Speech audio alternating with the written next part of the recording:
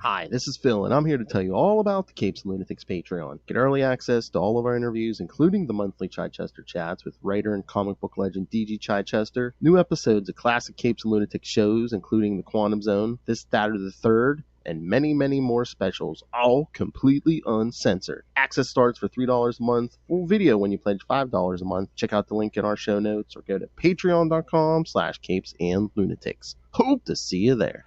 Look up in the sky. What is that? It's a bird. It's a plane. It's an electric space mullet. Hello and welcome back to another episode of the Electric Mullet, a Superman podcast. I am Phil. Joining me, as always, it is, well, Superman's number one pal. It is Superman's pal. Hey guys, Tyler it's Patrick. Tyler. I am back. I had to take a little time off, but I am back. And, whoa, justice for the raccoon. Okay. It is the space owl himself. Yes, swooping back into Metropolis and beyond. To Metropolis and beyond. And my justice for the raccoon refers to the poor raccoon that Morgan Edge ran over. Oh, yes. In one of the issues that we're talking about tonight. I thought, Oh my God, why? I have a funny story for you guys. So in Phil's assignment, Phil put Exodus 2, right? Meaning this is the second episode of Exodus, right? That's how Exile. Yeah, my bad. Exile. It took me too long to realize that that's what he meant as I searched for Exile number 2. Oh, the actual issue. Oh, yeah. So I was like, Sorry. wait, and then it dawned on me, like, dang it, Tyler, you dumb. I was just tired last night, and I was like reading to help wind down, and I was like, that's what. Whoops. Yeah. I was like, all right, well played, Phil. Well played. Well, and then half of what we're gonna. It seems like almost half of what we're gonna do tonight is not even gonna be Superman. It's gonna be Lex. I know. I have comments about that. Yeah, thanks, Phil. Yeah, Phil's like, hey. Hey, we're going in order, Lex. Pretty much. I can just go with what they give us. He's like, hey, it's not me. It's not like I'm taking your grandma's stuff over to my house. Exactly. Especially that. I find a way to reference Sandler movies and everything. Especially that issue 31. Yeah. But you know what's funny is like we're doing this, and as I'm looking at some of these covers, like the upcoming one, not one that we did for this, but next time, I remember those covers. I had some of these issues in the giant box of comics my aunt and uncle had bought me for my birthday. Oh, nice. There are certain ones I remember the covers and be like, what the? Yeah. And it's this gladiator Superman that I was like, what? You know, as a child, like I had, because, you know, I hadn't kept up with all the comics and stuff, but like just seeing that gladiator Superman, like, what is this? Oh, yes. I had the same reaction, but Justin, I think you had a different reaction than Gladiator Superman. Listen, I was 12 years old when this came out. I bought it off the newsstands, and I am not ashamed to admit that this definitely had a part of my awakening. Seeing Superman with that beard and that loincloth, let me tell you, I was mesmerized. Man, he was changing in that one issue. I was like, damn, he's going full commando, isn't he? Yeah, she's stripping all the clothes off him. I was like, oh my goodness. Oh, well, I guess I like guys now. Justin's going, Justin's like, Man of Steel, eh?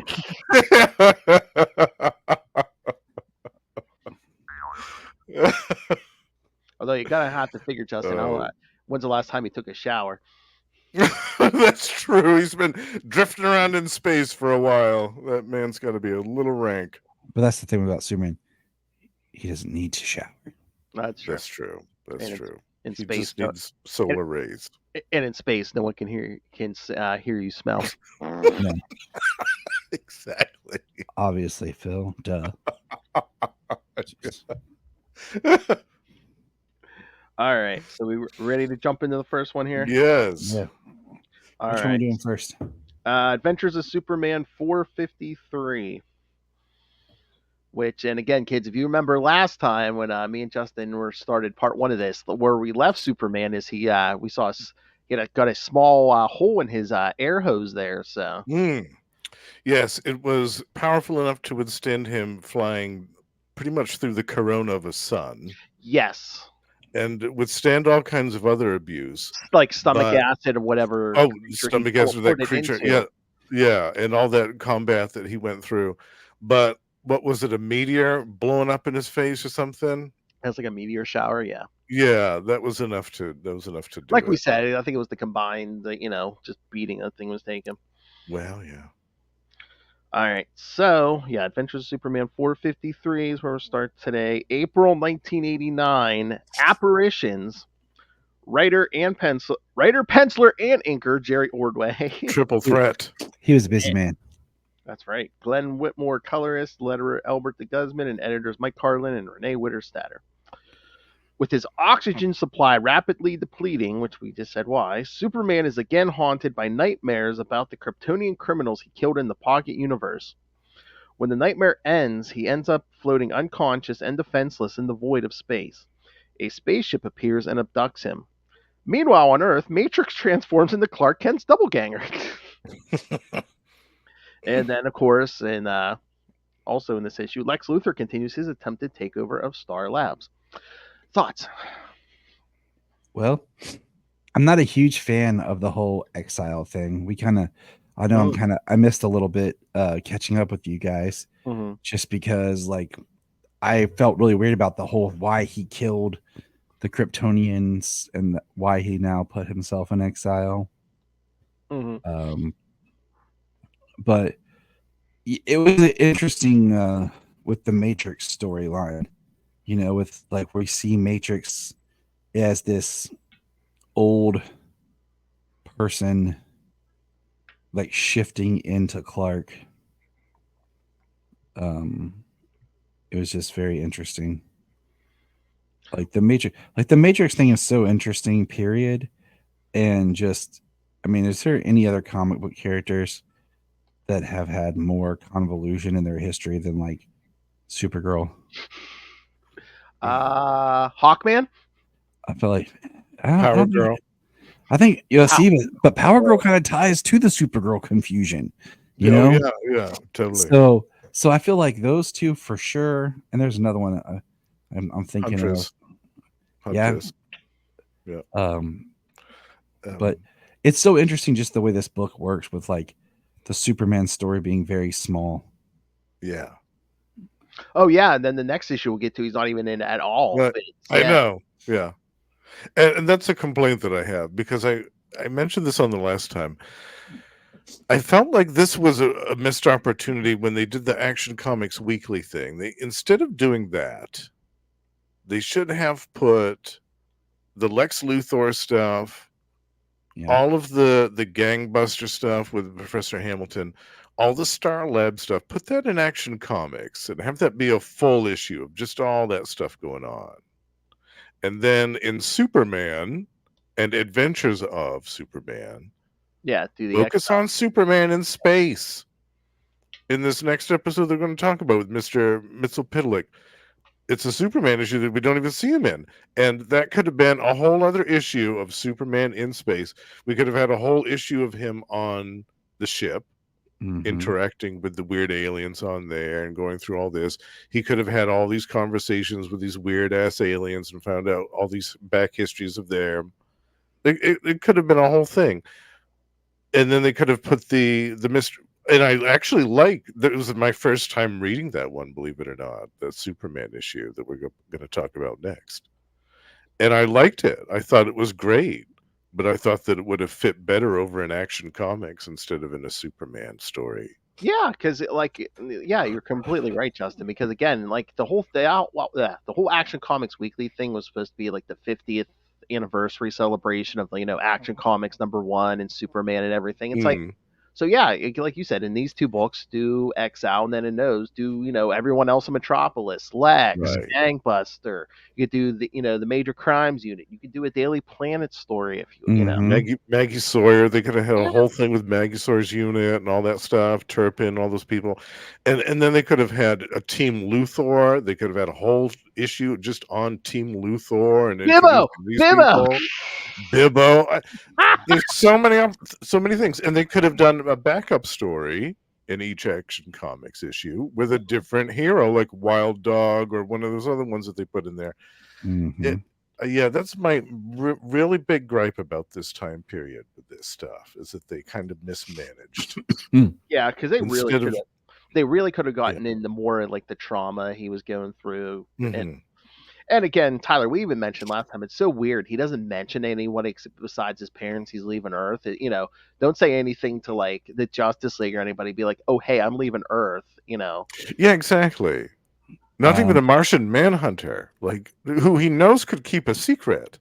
Or Like or he out of anybody, he knows he can trust that man with that secret. yeah. I mean, I don't know what their relationship's like at this point, but we've seen him interact with Batman at this point. Yeah. Yeah. And I don't. Like I said, I don't like this whole conceit of him leaving. Tyler, don't turn around. Oh, I know. Oh no. What is it this time? It's an ambush. Speaking of Supergirl, don't turn around. Oh, She was there. I know she is. She's hiding. She's hilarious.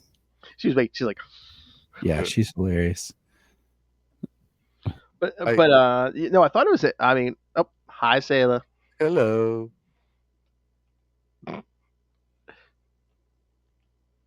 Yeah, it was a good issue. I like this one. I mean, I really like the artwork. Anytime that Jerry Ordway inks his own stuff, especially that cover. I love that cover. The cover. I love that whole sequence with him fighting the phantoms of the first villains. Yeah, so good. And then what about like the three sides of himself? What you guys fighting it? That was tremendous. I loved that. And it totally makes sense that he would have these hallucinations while he's suffering from oxygen deprivation, while floating around out on the middle in the middle of space on an asteroid. Mm-hmm. Like, it totally makes sense that he'd be tripping balls in this situation. Absolutely. But I have to laugh at every time I read this sequence of Matrix transforming. I can't help but think that it looks like Matrix is taking a dump. Like those first couple of panels, like the face, the straining. Like I can't unsee it. When I first read it, I started laughing at it. Every time afterwards, I can't keep it out of my head. I mean, it's just so weird because I mean, I guess it was like an incredible strain and stuff, and she has still been healing. But I'm like, why didn't she just take her? If she could do this at this point, why didn't she take her Supergirl form before now? It's like, hey, yeah. I don't know, but I really enjoyed this issue. And then Gangbuster stuff too. I loved it when they were defusing the oh yeah, they're working on the armor and stuff. Yeah, that was great. I love when Jose goes, I'd really like to talk to that guy who's been running around this gangbuster. Yes, yeah, give him a piece of my mind. Good luck, son. Yeah, he's about 50 billion miles in that direction. Yeah, exactly. You got a ways to go. If you got a spaceship, you might be able to reach him in a little while. I love the second Gangbuster armor. I totally forgot I was muted. No, I've been sitting here making comments, and I just forgot I was still muted from where I was talking to Sayla. I thought you were lost in thought. No, I was sitting there like, yeah, like I was, and then I looked down like, dang it, yeah, I agree with you with the Matrix stuff and where he the scene where the three Phantom of Lex, Zod, and Brainiac shift. I was agreeing with you guys. Yeah, it's so good. But in this, I felt the corporate Lex stuff. I liked it because it just shows the kind of person that Lex is, and it reminded me of like a little bit of I thought he was pulling kind of like I remember it was Henry Ford who screwed the stock market over because he was going to put his son in charge, and Ford's stock dropped, and then he and some other people bought it up, and then when Henry Ford stepped back in saying no, he was going to not return the company over to his son, that he was stepping back, the price skyrocketed again, and they had acquired a bunch of stock when it had dropped. So I thought, Lex is doing something similar to that, where he's messing with everyone, as we see, where he basically says, yeah, I'm pulling out of Star Labs just to turn around, and he has his own plan. I wouldn't be surprised if that was like an inspiration, because Roger Stern wrote this, and Roger Stern's like a pretty like I wouldn't be surprised if he's like that was his inspiration for this story. I know some history stuff, it happens. Mm-hmm.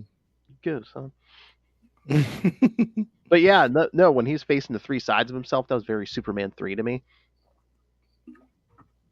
Mm. When Clark's facing evil Superman in the junkyard. Mm-hmm.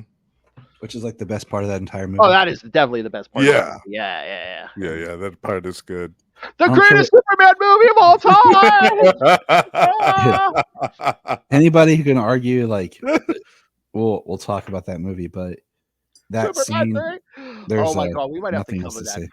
We have to cover that in January around his birthday. Superman 3! We should. Yeah.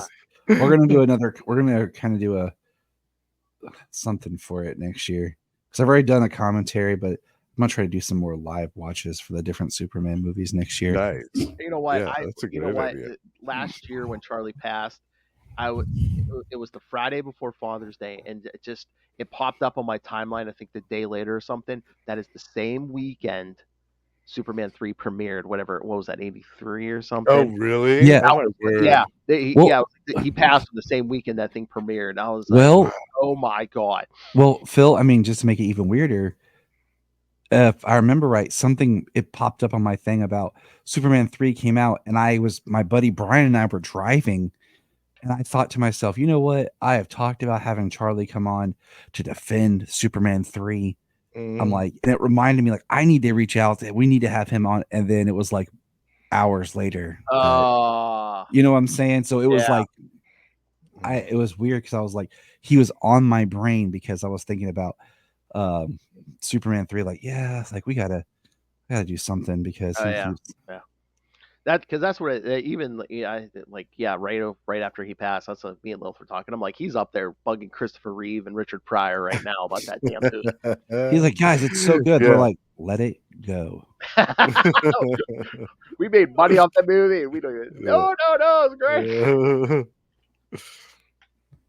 But yeah, no, I mean, for what it was, yeah, this issue was good, but yeah, we're kind of, I don't know if we're killing time. And again, like Justin was saying, if we had more room, maybe we could have given more story to. I mean, we're gonna get the Mongul here soon. I mean, this is the first post-crisis appearance of Mongul. Yeah, and that seems rather short, doesn't it? One of Ray's favorites, yeah. In comparison to all this other stuff that's going on, this hostile takeover crap, which I think is boring. It's about as exciting as watching paint dry. Again, I get that hostile takeover. I get that you want to show, look what's happening with Superman not on Earth, but it's like you said, do it somewhere else, do it in Action Comics, something. Yeah. Or give Lex Luthor his own little mini series or whatever. Yeah. Instead of this backup hostile takeover, which we get 3 parts of. Oh God. Or it's interesting, but at the same time, like, you could, I don't know, could have been done differently. Or do Exile and all the regular Superman books, put the Lex stuff in one spot in the Action Annual. Yeah. Yes. In the annual. Yeah. Definitely. Although the annual works. The annual is just Lex Luthor. Yeah. I mean, unless maybe they thought, Lex couldn't carry his own book or something. I don't know. Yeah, maybe.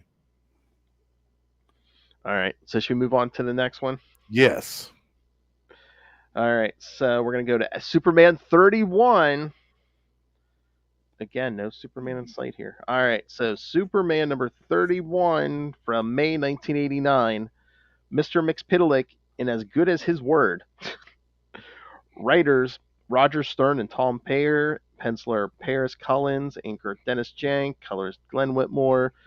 Letterer, John Costanza. And editor, Mike Carlin. You can just... Look, I've had enough, Mixie. I know this is what his third appearance since Crisis. I mean, for this, but just today, period. Oh, James and I were wrapping up our look back at the New 52 Action Grant Morrison run. Yeah. And I'm just like, I'm so over fifth dimensional beings right now. I know, and that's not just any fifth dimension. That's Grant Morrison's "I'm high as an effing kite" fifth exactly. Yeah. I'm like, man. I mean, I'm just gonna say it's probably one of our roughest episodes because me and James are like, we understand this, but we can't really articulate this right now. Yeah, right. like you just, we're like, listeners, you should just read it for yourself. Yeah. All right. Well, let's see. Here we got Mr. Mxyzptlk comes back to Metropolis looking for Superman, only to have to confront Lex Luthor instead. And then, of course, we get more Star Lex. Lex tries to avoid. Star Labs tries to avoid being bought by Lex Luthor. So, yes, all Lex all the time in this issue, kids. Yeah. All right. So, Justin, you said this was your first time. What did you think? I initially missed this one because I knew that Superman wasn't in it. I flipped through it on the newsstands. I didn't see him anywhere in there. I was like, I don't really want this one. But in retrospect, I really like it. I love the art of Paris Cullins. He did a bunch of other series that I really enjoyed, like the Blue Beetle one from the 80s. And I really liked the story. I thought it was entertaining enough, I guess. And the part where he turns Team Luthor into Transformers basically was really funny. Yeah. I was like, oh my god, you can hear him screaming inside the suit. Like they're all completely contorted, their bones are broken. That's horrifying. Oh yeah, later they said they all got like spinal damage and stuff. Yeah. That is horrifying. Yeah, this is no silver. I wasn't expecting that. Yeah, I know. I was not expecting that. This Mixie is bloodthirsty. Yeah. He's not messing around. Excuse me. And I love, when Mixie comes in as Superman, just like threatening Lex. Yeah. And then he just keeps warping and changing. Yeah, come to more cartoons. Yeah. Melts that hand, that metal hand. Yeah, I thought Paris Cullins was a perfect choice for a Mr. Mxyzptlk appearance. He's got the right art style for that. Yeah. I mean, Lex is just basically asking people, "What's this guy's weakness? Does he have any weakness?" Yeah. Well, he's bound by his word. Lex, then I've got him. Yep. He gets his lawyers out. But yeah, man, that's something. I mean, Mixie tied 2 buildings together. Yeah. Crap. Yeah. Yeah, this was surprising in multiple ways, this issue. Yeah. Yeah. I know, and it's not even spelling his name backwards. Mixie tells Lex, "Get me to shave my head like you, and I'll leave." Yeah. That was smart. He says, "Meet me in a barber shop," and then he makes Mixie sign a contract. It's like, okay, whatever. Then Lex is like, "Yeah, I won't harm you." And he's like, "Nah, I lied," and just tries to shoot him with Yeah. to blow him up with napalm and stuff. I lied. Yeah. So, yeah, Mixie gets all mad, turns Lex into some kind of big worm, and it basically transforms at least Metropolis, if not the planet. Mm-hmm. And the only one, unaffected is one of Lex's guys. Yeah. And then Mixie just, he's like, "You know what? I had enough of this. I'm never coming back here again. Never." And then leaves. And so everything turns back to normal. And you're just kind of like, only. Yeah, you're like, what? I don't believe this. Yeah. Well, yeah. I believe it when I see it. Lex kind of taught Mixie how to lie. Yeah, this is never going to come back up in at least more than one upcoming story. Oh, true. Yeah. I'd say between here and Death of Superman, this is going to come up at least once or twice. Yeah, at least once. I'm just going to be on the record here. Mixie is one of my least favorite Superman antagonists, just because the stories can get ridiculous. I mean, there are some fun ones, but for the most part, I like some of the Silver Age ones. Some of the Silver Age ones are fun, like escapist, weird stuff that you can't take too seriously. But I wouldn't want to read those regularly at all. No. That's something that you dig out every once in a while, for me anyways. The only redeeming quality of Mixie, in my opinion, is like he's a foe that Superman can't outmuscle. He has to outthink him. Right. Yes. Which yes, that is a great, but just the whole like you said, the fifth dimension can just sometimes you're just like, oh my god, what's going on? Right. You're like, sometimes I just want to read a story, not have to sit down and contemplate life. So basically, Lex got Mxy angry enough to leave. That's how he beat him. Mm-hmm. I was like, if you wanted to go for the darker take, can you imagine? I mean, eventually when Superman comes back from space and like all of Metropolis is transformed into this. Yeah, right. Because that's the That'd other have made an amazing cliffhanger ending for some whatever issue it was. Again, why didn't you tell anyone to leave? Mxy could show up, which he did. Right.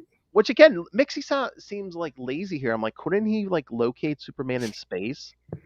Yeah, exactly.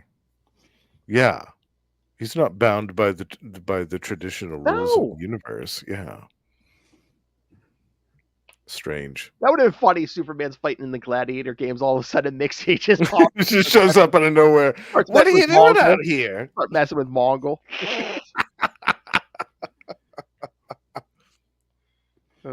That would be the best way of like building up like this big fight, and then you're like, you know what? And we're gonna just take a cheap shot. Yeah. And Superman gets out because Mxy saves him.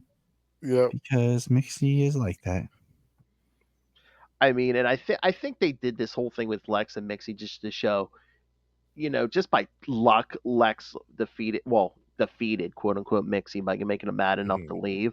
But I mean, that could have gone horribly wrong. I mean, Metropolis could have been destroyed or stayed like that little insect hive or whatever. Yeah.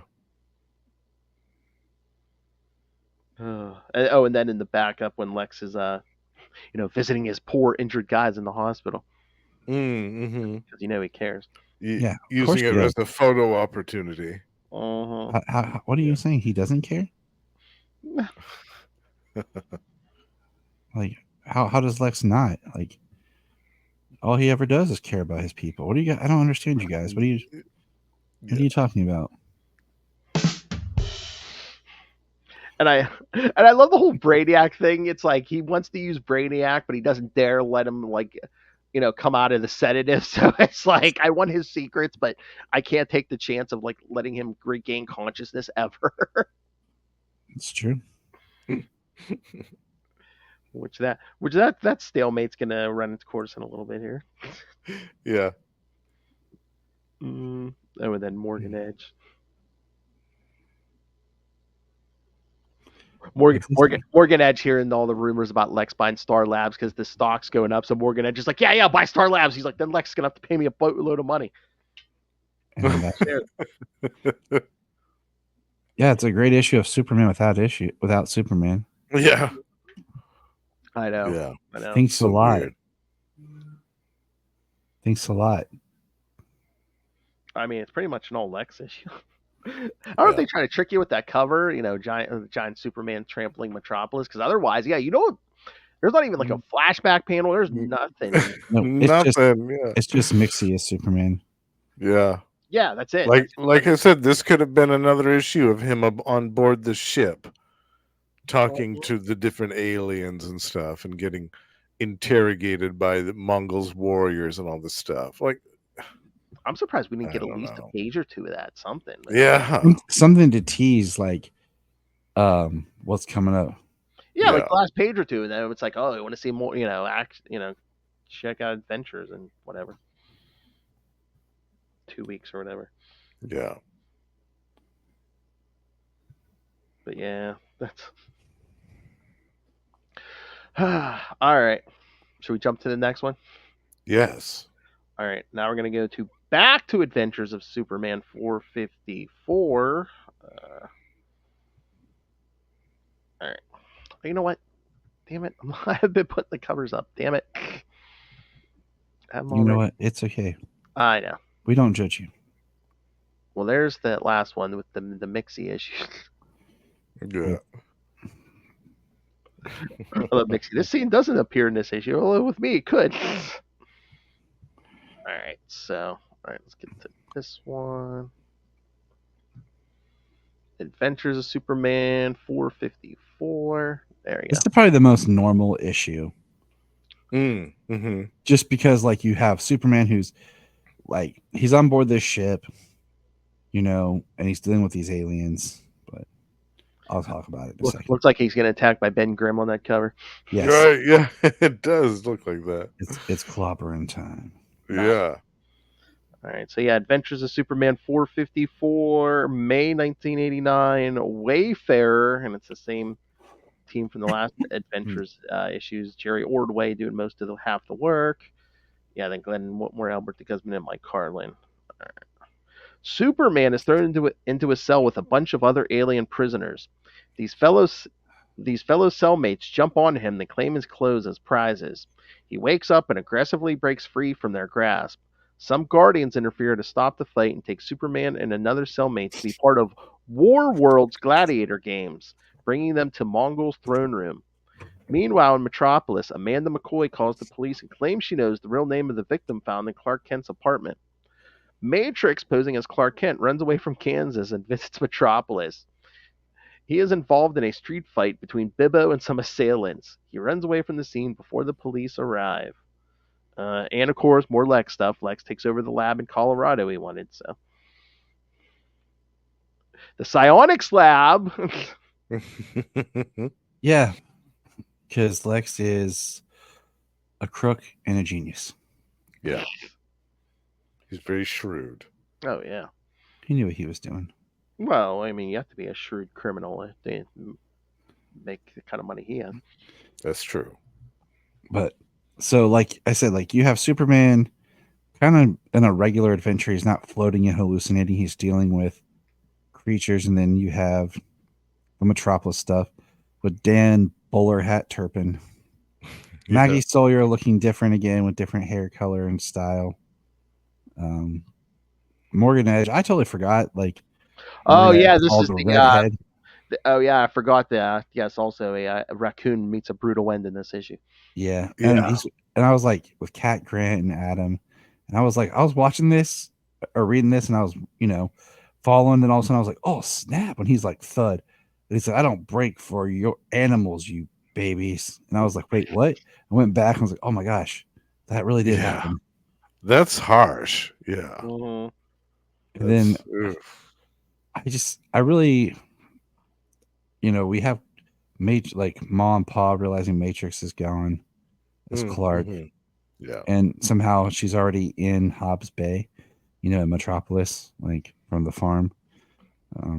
But then she can kind of simulate Clark's powers, so she can't fly. Yeah. I mean, that makes sense. But then Bibbo and his Superman's pal shirt and his belly hanging out. And I forget. Was this his first appearance? No. He showed up one of the early adventures. Yeah, we covered it. Yeah. Oh, okay. But just having Bibbo here, like he's a very unbalanced kind of Bibbo. Yeah. Because some drawings he looks thicker and bigger than some. Like he looks like an old Popeye. Mm-hmm. Right. And then he like he thinks he actually saw Superman. Oh yeah, because Matrix takes the glasses off. He's like, "It's you." Yeah.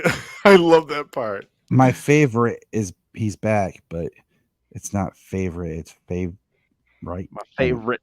Favorite. Yes, FAV. My favorite. And then we have, like you said, Superman kneel before Mongul. Because he's been away from Yellow Sun for too long, so yes, his powers are dwindling. That's part of why I never really like when Superman goes like off-road into space. So I'm always like, unless you have like solar battery backups, man, like you're a ticking time bomb of depletion until you either are with a yellow sun or something. Like, yeah, you're running, because what happens when you go to a planet with a red sun? But yeah, this is an 80s comic, because like half the cast is like smoking in this issue. Morgan Edge, Maggie Sawyer, Turpin's got a cigar or something in his mouth. I mean, yeah, you don't see that anymore. One of the aliens is smoking, I think, in the annual.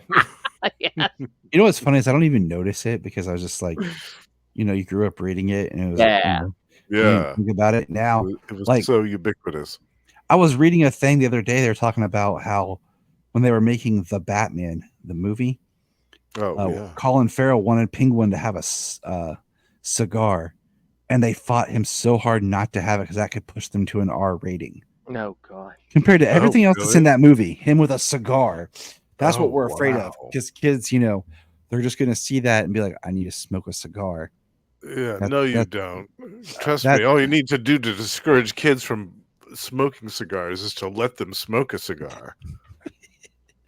They're like, Yeah, after they puke for a half an hour, they'll be all set. I'll just sit in a room with someone who smokes. My grandfather used to smoke, and Oh God. Yeah. Ooh. Oh, they said I think Henry Cavill got sick off of his appearance in Deadpool and Wolverine. Yes, he said that. He just kept the cigar in his mouth for like 8 hours. He was Yeah. smoking straight for like 8 hours, made him sick. Oh, that's nasty. I'd be like, look, with today's digital technology, I'm putting the cigar here. You're just going to digitally make that thing. Yes. I'll do one take with it lit. Then after that, you can just use your digital tech to mimic it. Like, Yeah. I'm not going Or to have even this do thing- just like 5 takes. That'd take like what, 10, 15 minutes? I was gonna say, then I know you're they're done. gonna take the many takes, but I'm like 8 hours for that one scene. 8 Yeah. hours. Yeah, they're Yeah, that- wasting time. Woo. They were just Unless, like, unless they took breaks and he just kept it in there. I don't know. I don't know. yeah, I got a lot of questions about that. So Unless he was Yeah. trying to stay in character. The cavalry. the cavalry was sweet.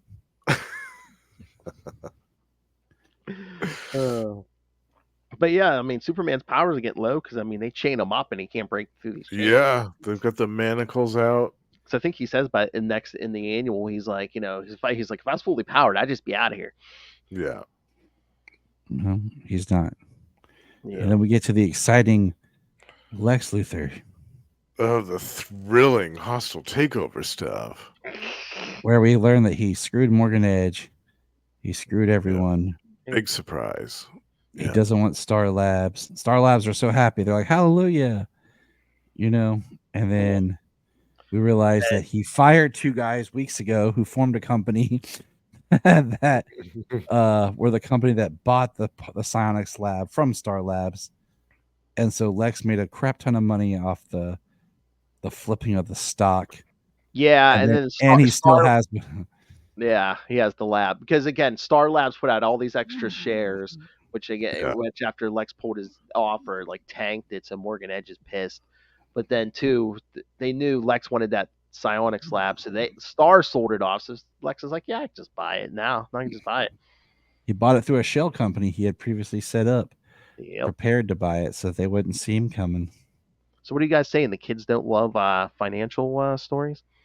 No, not at all. This kid didn't. I Back in know. the day. Still don't. I don't understand why like this was a backup. And not And we just one didn't get- issue. This is like what is it, Yeah. part 3? The third backup of this? It's so weird.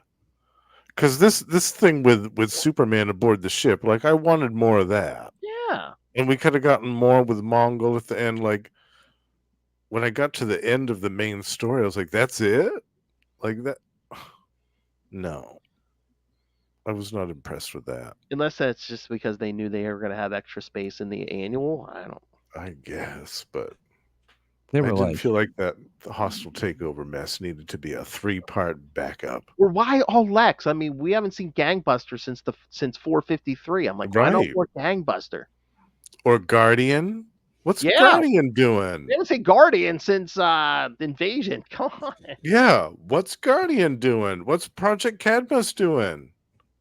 Seriously. We haven't seen Lois a ton in these issues. Where's Lois? No, or Jimmy. I would read We haven't Jimmy. seen a lot of. We haven't seen any Daily Planet in these issues we're doing tonight. no. I would rather have Jimmy show up and punch Morgan Edge and try to win Cat's affection. Yeah. I will read that for 3 issues over. Yeah. Hostile You're my Takeover. girl, baby.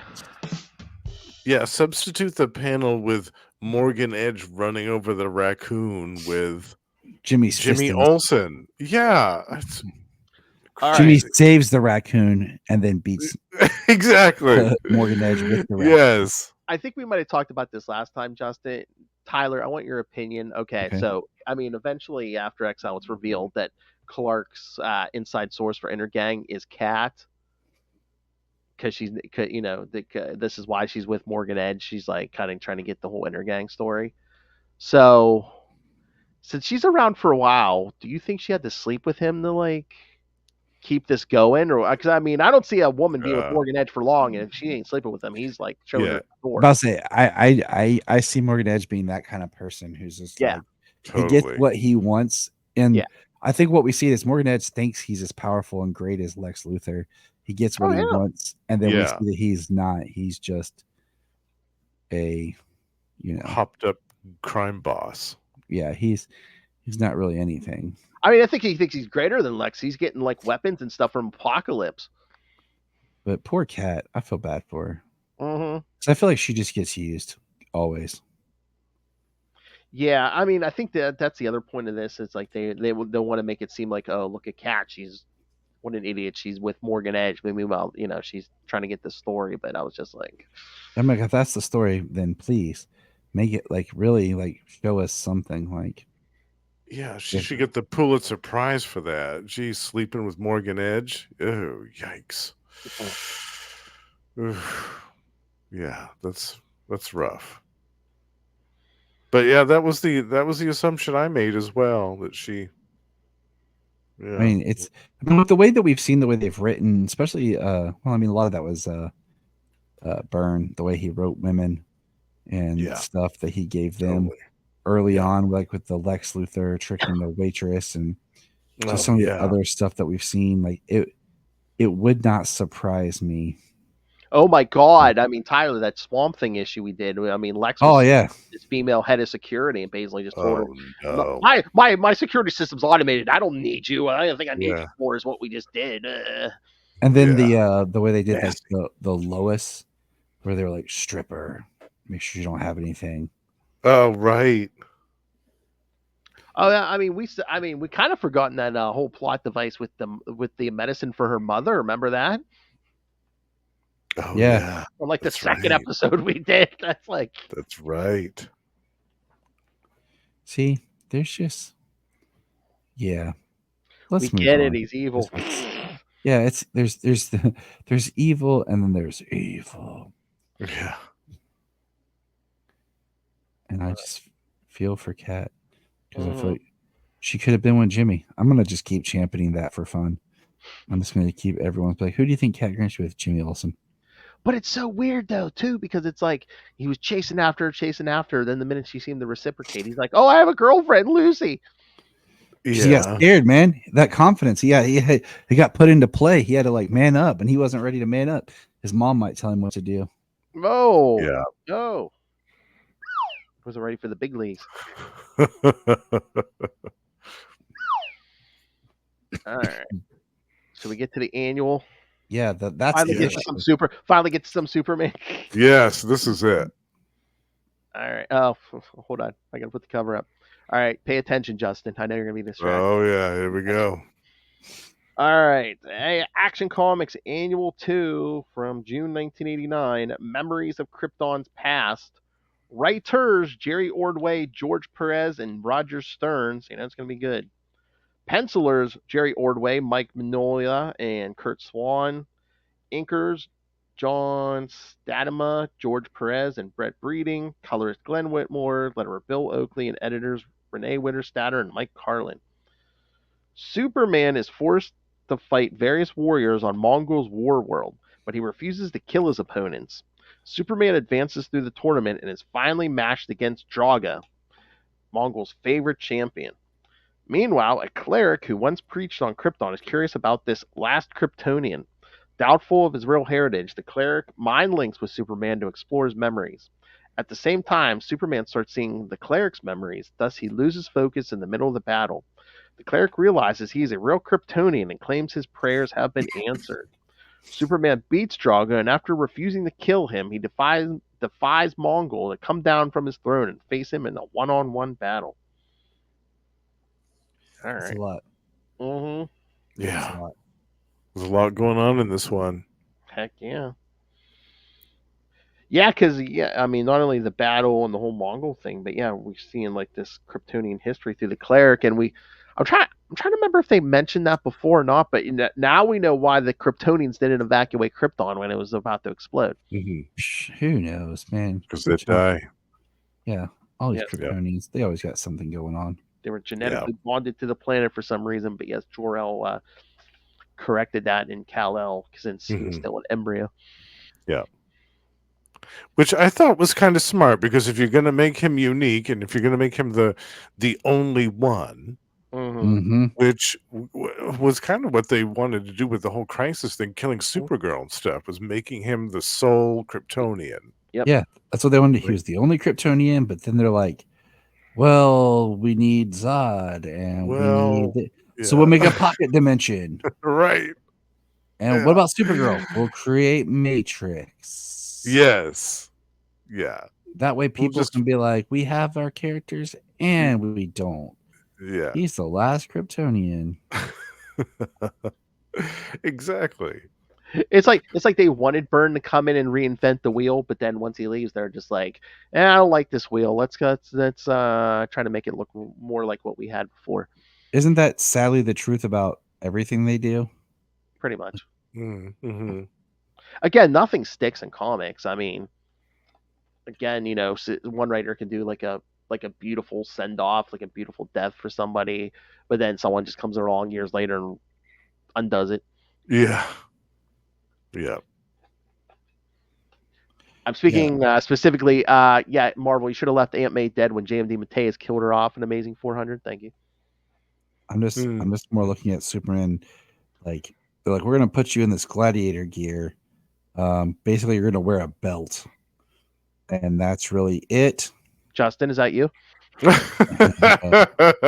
he's like, hold on, let me have my cape back. Yes. Like, yeah, he hollers at her too. He's like, give me back my damn cape. My favorite biscuit. He's like, Ma says, where is it? Ma said to wear it wherever I go. Okay, but he wears it as a sash. And I'm just like, this is a weird like look. Like, just he looks like he's coming out of the Bible. Like he's like going to, like, I'm like, is he fighting Goliath with David? Is that what's up? I don't know about that. I think if you look at a lot of pictures of gladiator outfits from the Roman era, I think that there's a lot of similarities there. Oh yeah, totally. And George Perez came up with the design of this, so I wouldn't be surprised if he got some inspiration from that. There's not a whole lot of design to it. Yeah. I'm okay with that, man. We've seen Clark covered up for most of this series, so yeah, little skin's all right. I love when they mix the coloring up, like on page 15, how all of a sudden his straps are like pink. Yeah. And like everything that's like, at first I was like, was it supposed to be a stylistic choice? Because like everything in this panel, I think it was like a printing error or something. Yeah. It's like supposed to be gold, like the S in the back, there was cape and everything. It's pink. Yeah. But I did think the cleric thing was interesting. Yeah, I love that. This very weird, cool. This very weird looking ape-looking cleric thing. Yeah, and it makes sense that, Krypton would have their share of extraterrestrial visitors from other worlds over the vast history of the world. And that some of them might hang around and try to assert some type of influence over the populace. It totally makes sense. Yeah, because we kind of already saw that in World of Krypton, like the whole cloning stuff, and Krypton went to war, and the clerics Civil War. Yeah, you guys shouldn't clone, but if anyone wants to leave with me, you're more than welcome. And then, it wasn't like he was trying to make a cult or anything like that. Oh. He was just like, well, there's different ways of doing things. Yeah, that's all. And then, of course, Superman refusing to kill any of these gladiators. Yeah, I love it. I love the 3 different art teams as well. You've got 3 different art teams, and it's seamless. It's not a jarring transition when you go from one to the other, which you think it might be with 3 different art teams over the course of one story, but it isn't. At least I don't think so. I think it works really well. Yeah, no, yeah, I thought it worked good with this. Yeah, because I wasn't sure about the Kurt Swan, but yeah, no, even he was like he's kind of meshed with the other guys. Mm-hmm. Oh, and then of course we get our first mention of the Eradicator. Yes. Yeah, you know that It'd be a big deal. the Eradicator, that one thing of Superman's mythos that nobody knows exactly what it is or how it works. So they're like, oh, we'll just use that term. People know what that is. It sounds cool. Yeah. It's a person, right? No, it's a light construct. No, it's a machine. It's a weapon. Well, it's a machine for now. It will change, though. Mm-hmm. It will metamorphose. The Eradicator kids, and I'm not talking about Rhea Ripley. There's your WWE joke, kids. And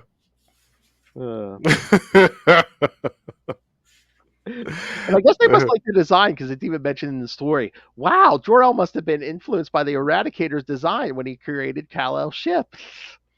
Oh, okay, yeah. It looks similar. I also appreciated how in the back of this issue we had some new Who's Who entries. Oh yeah, for Matrix and Cat Grant. For Matrix and Cat Grant. I thought that was a nice touch. Mm-hmm. Yeah, and I was thinking because again we've seen it in the story and it's mentioned on the Who's Who page that Matrix now has the mind of like a small child. Mm-hmm. I mean, I guess it's the trauma that she went through, the physical and mental trauma. But I was just like, when that Lex kind of created her, used like Lana as a template.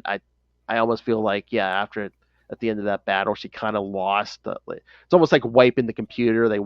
She lost all the Lana programming, so now she's like learning to be her own thing. Yeah. Mm-hmm. He, she, whatever. Matrix. Oh yeah, and here's the panel that every time they mention the story it gets shown. It's like him yelling up the Mongul, "I am Superman and I will not kill." I love that. Whenever I think about this issue, I think of that scene, that particular panel. And I think, for all intents and purposes, I think this is a perfect Superman story. Mm-hmm. I mean, if you just open this up without all the other stuff before or after it, as just an annual of this is a story of Superman stranded on Warworld, being forced to be a gladiator and Mongol thing, it's great. And then you throw in the extra stuff with this ancient secret history of Krypton through the eyes of the cleric with this thing, the Eradicator. I love it. I think it's fantastic. I love the action. You've got these great fights with these other creatures, and I have to laugh at the Monmouth. That thing. Oh, that elephant looks like an elephant looking thing. Yeah, when it broke up into little elephants. Yeah. There's a town in my state called Monmouth, and it's spelled exactly the same way. And I read this comic book before I even knew that there was a town with that name. Oh, nice. So whenever I go through that town now, I'm thinking, oh, it's the alien from the Action Comics annual. I'm driving through it. That's awesome. Yeah. But yeah, and Draga is awesome. I love the character of Draga. And we'll see a lot more of him. Oh yeah. We'll see him after this story. He's great. Yeah. I have to wonder because he's presenting a head to Mongul at one point. Now, I've always wondered this. Remember in the previous issue there was that kind of werewolf-looking creature that was picking fights with Superman, Lupinar, whatever his name was. I wonder if I always wondered if that was the creature whose head Draga brought to Mongul. Because it might have been, because didn't they say there was at least one of those guys with Superman that they were also going to send to the game? So it could have Yeah. Yeah, they're like, Superman, like one or two of the other guys were going to the games. The rest of them were just going off to be slaves or something. Slaves in some mine or something, yeah. Yeah. But yeah, I mean, that cleric blames himself for all the Kryptonian deaths, so now he's just like, I guess, lives on this asteroid. Yeah. Yeah, because how many did he say was on his ship? Like 200,000 or something? Yeah, it was several thousand, yeah. And they all died. He couldn't have known that, though, that they had their life bond to the planet. He couldn't have known that. They didn't even know that. Right, yeah, nobody knew that. That's like a cruel trick, but also a really It's neat thing to write, like create. it is, yeah. It's a cool I mean, story, it's an excuse why they didn't leave the planet when it was about to right? explode. Yeah. And I was going to say it's weird that in all the time and all the history of Krypton, there was never any stories of any explorers who left the planet or tried to colonize other worlds or whatever. Because you think with some With of their the advanced warlike tech, yeah, you past, think they try to leave the planet. Although, again, I mean, as Jor-El discovers, I'm sure the Council tries to cover it up, cover that up too. mm-hmm, That's probably like that secret history type thing. Like mm-hmm. we tried, but we failed. We failed, yeah. Mhm. So they don't say why, yeah. Because as Superman and the Cleric are going through the memories here, it doesn't Superman even say, it's like, why didn't Jor-El tell me about that part about all those Kryptonians dying, and right. some of this stuff was covered up.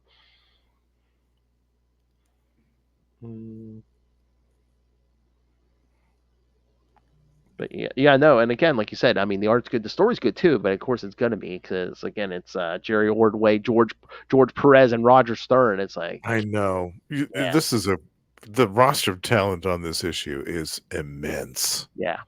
Like I can't get over it still. Just the artists, the writers, the inkers even are amazing. Just all of it. So I guarantee you, if you So say good. to someone, name your favorite Action Comics annual, this one's probably, I mean, Oh God, yeah. yeah. No. Definitely my favorite, without a doubt. And not just because he looks hot as hell in it. It's just because I love the story. I think the story is perfect. Like it's a perfect Superman story. Mm-hmm. Yeah. If Byrne had still been around, one of these gladiators would have been a woman. You know that, right? Oh God, yeah. It would look like She-Hulk. Yes. Yes. Yes.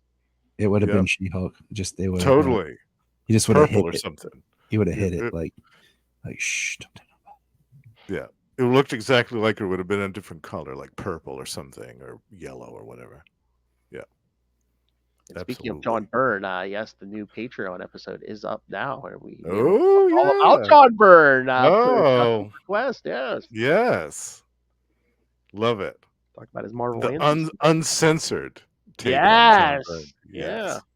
We even if you spring for the video, we even have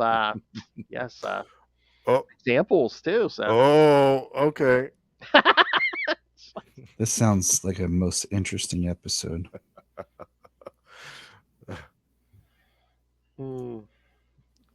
Yeah, again, the art wise, I swear this issue was made for Justin. I mean, come on. Totally. Yeah, all the exposed leg and the the thigh. Yeah, jeez. It's wild. Yeah. All right, kids. So, final thoughts on these ones?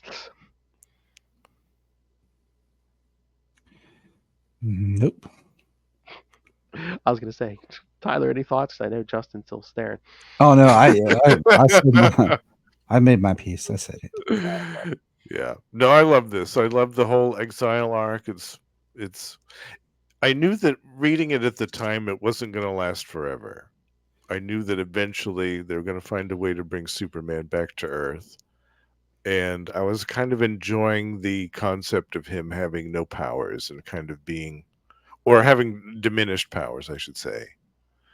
And yeah, it was cool. It was a cool diversion. Yeah.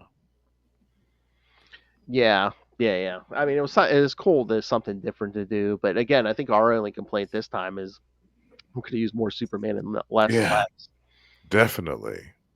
That's my major complaint in this, is that they should have shoved all of that other stuff over to Action Comics and had Adventures and Superman, those two titles, be just Superman in space, doing Superman in space stuff. Yeah, I think from here on out for their, I mean, we only have one more week of Exile, but I'm pretty sure it's mostly Superman. There's maybe a little Metropolis, but yeah, I don't think we get a ton of Lex. And I think you're right. Yeah, because once Superman meets up with the Cleric, then there's a lot of stuff that happens from there. Oh yeah. Yeah. All right. So yeah, next time we're gonna talk again. Like I said, we're gonna wrap up Exile next week with Superman 32 and 33, Adventures of Superman 455 and 456, and he's back in Action Comics 643.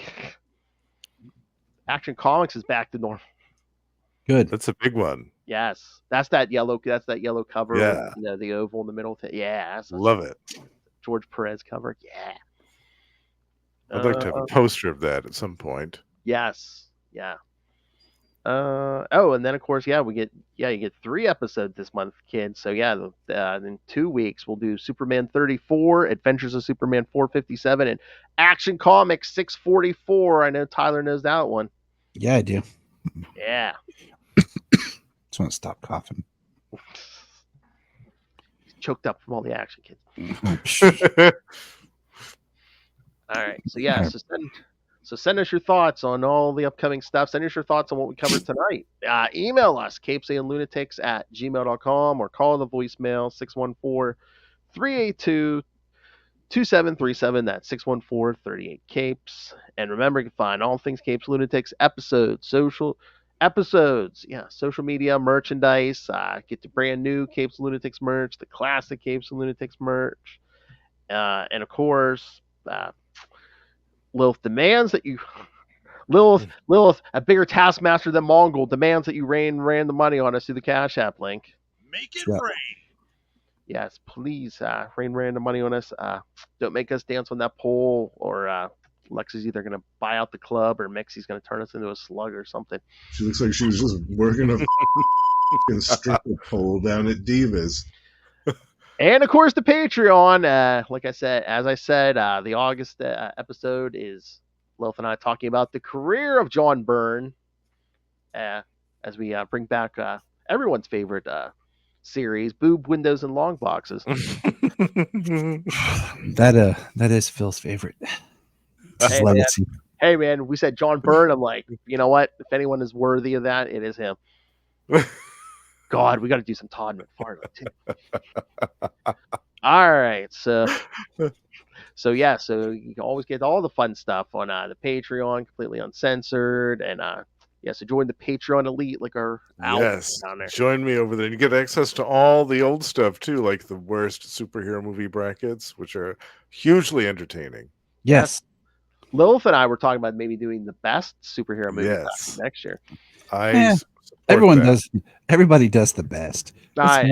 It's more fun when you're like, let's break it down. I think they would have some interesting choices, though. I'd like to see. I know their choices wouldn't be everybody's expected. I was going to say, especially Lilith. Lilith doesn't go along with the crowd. Right. All right, but we're gonna have to draw straws to see who goes topless because Charlie's no longer with us.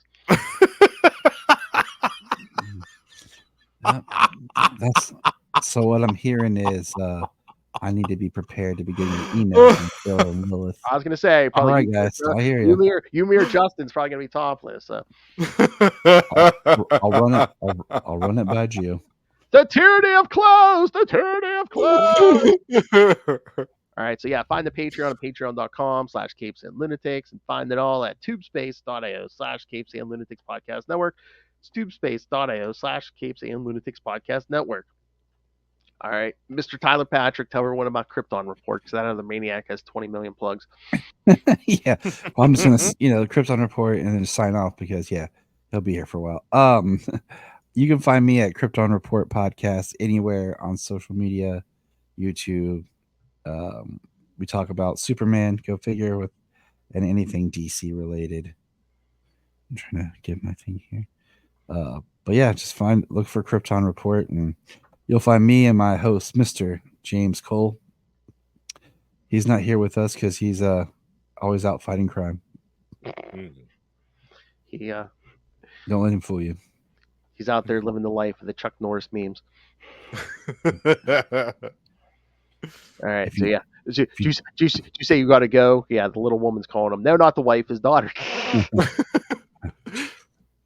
Man, We'll see you on Saturday, Tyler, for Batman. Oh, that's right. Hey, Tyler's going to be joining me and Justin and Lilith on We Are the Night, the Batman podcast, Yes. episode 200. Yeah, Yes. episode 200. We do a live watch of Batman 89, kids. So I'm excited to see how it goes. So yeah, yeah. Remember to download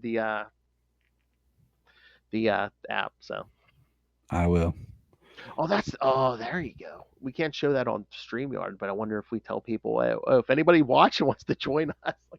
That's what I was telling Justin when I do live commentaries is we talk about before, but then tell everyone like where to stream it, and then just kind of be like sync up, ready, everybody in 1, 2, 3. I'm trying to remember how many people can be on a watch party because I don't be like, hey, if anyone else wants to watch with us, yeah.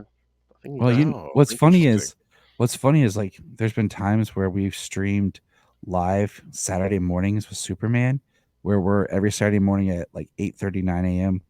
We're watching an episode of Superman the Animated Series, and James will have it on the TV behind him with no sound, but just the pictures and stuff.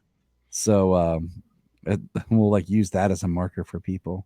Like, as you're watching, Charlie's do the opposite. You couldn't see the picture, but you could hear the audio. I'm like, turn the audio down. So, but yeah, we'll sounds good. All right. So if you have to go, we'll see you Saturday. See you guys Saturday. Thank you, sir. See you then. Thank you. All right, now for this Justin the Owl. Yes. So you can hear him you can hear him here every so often on Electric Mullet, which he'll be here for a little bit because we got Skyhook and Maxima coming after Exile, so he's going to be here for a while. I'm so excited. You can hear him at least once a month on We Are the Night, the Batman podcast, which we talked about already. And again, usually end of the month for Azrael, but again, he'll drop in for other stuff like episode 200. So yes, there's 2 weeks in a row you'll be on. So that's right. And then some more next year as well. That's right. All right. And then over on CapesandLunatics, you can catch him on every week on Marvel Tales with me, talking some different Marvel story at least once a month. And that's going to be going up. X-Men Classics, where we talk all the X books. Oh, remind me to tell you something X related when we're done. And of course, once a month on Energon Universe with myself and Russell, talking all the new Transformers and G.I. Joe content. But I threw it up early. He does other podcasts. So, Justin, tell them about these other shows. That's right. Over on Gamma Charge, every month you can join me and Russell and Josh as we discuss the Incredible Hulk and the Sensational She-Hulk. We also have a Patreon, so do check that out if you're so inclined. And over on Predator and Prey, we're actually recording a new episode of that tomorrow night. The full complement is going to be united to speak about the brand new Predator versus Black Panther #1. We're very excited about that.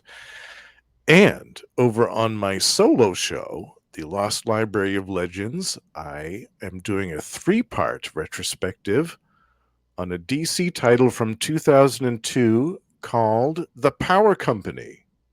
I'm going to eat this up with a fork and spoon. And also in October, I should mention, Russell and I are planning on resurrecting our other show that we do, Gone the Form of Man, the Etrigan podcast. So I'm very excited about that. Yeah. Oh, hold on, let me grab a handful of this. Oh, that's naughty. I love it. All right, kids. Tap, tap, tapping my way downtown. That Action Comics annual. All right. Thank you for joining us. Again, we'll wrap up Exile next week. And we'll kind of wrap up Matrix for a while in 2 weeks. Yes. Well, sort of. That's it. I said for a while. Yes. That damn Eradicator.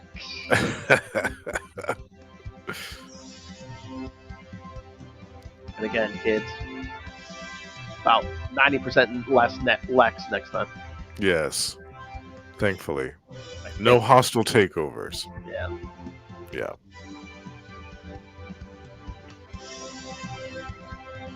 was gonna say we'll get back to that psionics lab, but forget. Yeah. One of them, yeah. Yeah. Coming up here soon. All right, kids. So remember, come back next time. Join us for truth, justice, and the mullet way. And gladiator straps. Oh my.